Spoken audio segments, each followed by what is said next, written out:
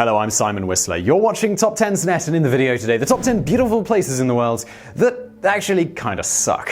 Our world is chock full of amazing places. Seriously, go out your front door, start walking in any random direction, and chances are that you'll probably hit something interesting within a few hours. It could be a meadow, a groovy street you've never visited before, a windswept stretch of coastline, or even just an all-you-can-eat noodle bar offering free drinks to every unshaven customer. Now, the trouble is, most of us don't do our own exploring. We comb guidebooks or the internet for places that crop up in lists of top 10 must-see places. And then we just go and look at those things just like everybody else does. And while some of these places genuinely are amazing, take about Taj Mahal, Machu Picchu, and the Grand Canyon, etc., some actually suck far more than you'd reasonably expect them to. If you're in the mood for a flagrantly biased, wildly unscientific look at the world's most overrated beauty spots, well, you're watching the right video.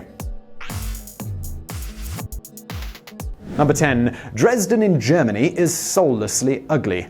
Dresden's nickname is Florence on the Elbe. That's a mighty claim to fame and is absolutely not overstated, provided you've just discovered this video in a crashed time machine and are reading it prior to February the 13th, 1945. That was the night that Allied aircraft firebombed the ancient city, turning this architectural treasure into the urban equivalent of the charred lumps you get at the bottom of a fire pit. So why, pray, do people still think of Dresden as beautiful? Well, that's probably because they've seen pictures of it after its partial reconstruction was finished in 2005. The key word here is partial. Aside from a tiny fraction rebuilt in the center, most of Dresden today is soulless concrete housing blocks. The guys in charge of reconstructing post-war Dresden weren't West Germans keen to rebuild their shattered country. They were East German communists keen to show off the endless possibilities of Soviet concrete.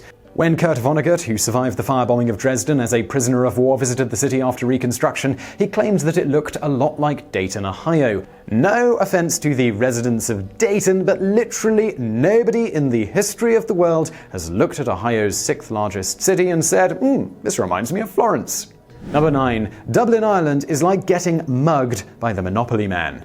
The capital of Ireland, Dublin, is stop number 1 for millions of Americans tracing their family's history and/or looking to get falling down drunk on Guinness. It's a city that's beautiful, historic, literary, and small enough to get a handle on, unlike its British behemoth of a cousin, London. Sounds pretty great until you happen to inquire about the prices. At that point, you'll find yourself weeping over your empty wallet as all your hard-earned cash evaporates in a haze of whiskey fumes. Dublin is an expensive city. Yep, even if you're used to New York City or London, even if you're used to Singapore. I mean, Dublin is the second most expensive city for expats in the entire Eurozone, beaten only by Paris. But Paris at least doesn't pretend to be anything but classy and haughtily unaffordable. Dublin advertises itself as your friend, as the jovial Irish guy that you want to share a drink with. It's only afterwards that you realize he snatched your wallet mid-swig and probably made off with your pants too. Even tourism experts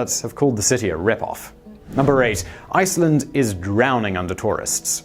The entire population of Iceland is a mere 334,252 people, about the size of Santa Ana, California. The number of annual tourists to Iceland is over 2 million, or about the same population as Houston. Imagine the entire citizenry of Houston upping sticks and deciding to spend 3 months in the summer swarming through the streets of Santa Ana, taking selfies and clogging up the traffic lanes. Everything would vanish under a sea of 10-gallon hats and Texan attitudes to gun safety. Well, that, to be honest, is basically the permanent condition that Iceland lives in. There's no doubt that Iceland is a beautiful country. It's got rugged, awe-inspiring vistas and stretches of remote roads that can feel like you're driving on another planet. The only trouble is that those remote roads and rugged vistas are now jam-packed full of Americans, Brits, Canadians, and Germans who are clutching selfie sticks and talking about how there are way too many tourists in Iceland. And they're also probably drunk and acting in a way that's guaranteed to annoy the locals. Due to drunk tourists, Iceland now has a major problem with people pooping in public areas.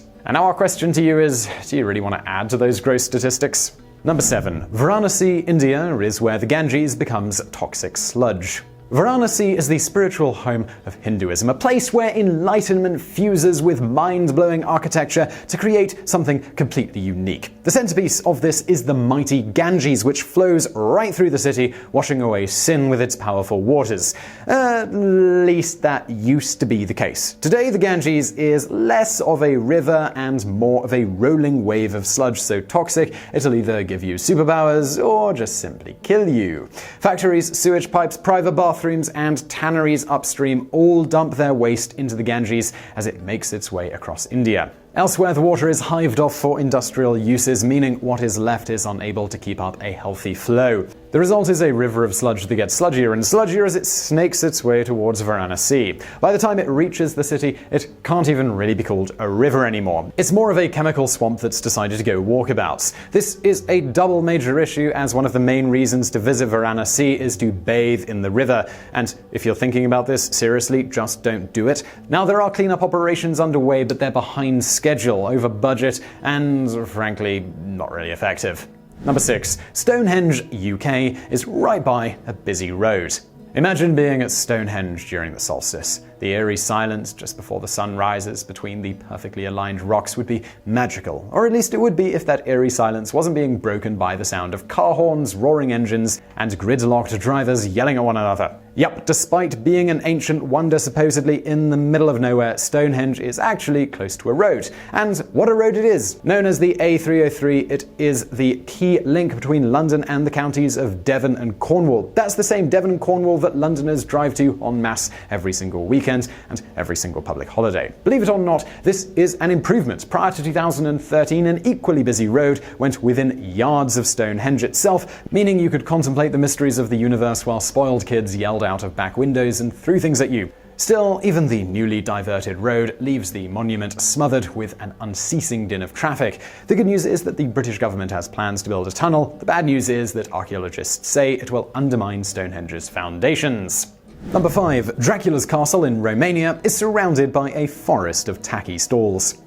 Maybe we're asking a bit much to expect somewhere known as Dracula's castle to be free of tacky roadside stalls. But there's ordinary roadside tat, and then there's the sweeping miles of stuff that plagues Bran Castle in Romania, the source of Bram Stoker's inspiration for his novel. It looks suitably European and forbidding and is surrounded by a sea of forest. What these pictures don't show is the far bigger forest of tackiness that surrounds the real one. Approaching Bran Castle is like approaching Disneyland if Disneyland were run on a budget of $6 and staffed entirely by people who ditched their goofy costumes for vampire trinkets. There are stalls selling vampire teeth, stores selling vampire masks, stalls selling stuff you couldn't possibly need in a billion years but has vampires on it. There's even a theme park replica of the castle within spitting distance of the actual castle. And you know what the worst part of it all is? Romania is full of beautiful castles that no one has ever heard of, all of which you can explore without some dude hassling you to buy fake rubber bats. Number 4. The Maldives is like putting yourself in a beautiful prison. Those screensavers of pristine white beaches lapped by crystal clear waters you're always seeing on your mum's old laptop, there's a good chance that those would be pictures of the Maldives, a tiny collection of islands in the Indian Ocean that banded together to form one very spread out state. To be sure, the islands are as beautiful as those pictures suggest, but entering an island paradise isn't quite as simple as hopping the first flight to its capital, Mali.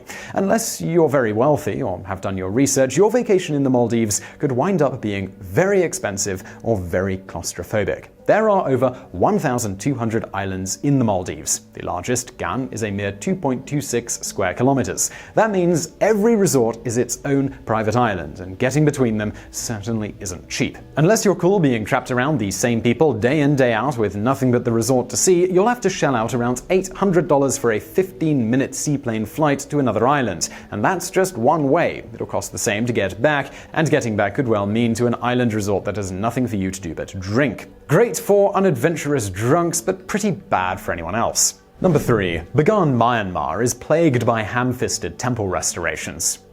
A collection of thousands of ancient temples spread out across an endless rolling plain, Bagan in Myanmar looks like the sort of place you would be willing to kill to visit. For sure, it is certainly one of the most Instagrammable spots in Asia, but those awesome photos taken from afar and showing the distant temples wreathed with mist miss out on one very important piece of context. Historically, plenty of those same temples weren't exactly cared for. They look like they do today not because of how they're meant to look, but because the previous military government ham-fistedly put them back together again without having a clue what they were doing. Bagan's restoration work is bad. And we don't just mean not great here, we mean it's really actively bad. The temples were put back together using cruddy, low-grade cement and with regular bricks instead of faithful materials. While this isn't always clear to the untrained eye, you can sometimes stumble across evidence of this shoddy workmanship as you walk around. The end result is a kind of Disneyfied version of Burmese history that's about as authentic as the Small World ride. There's a reason UNESCO listed Pew in Myanmar, but refused to touch Bagan with a barge pole.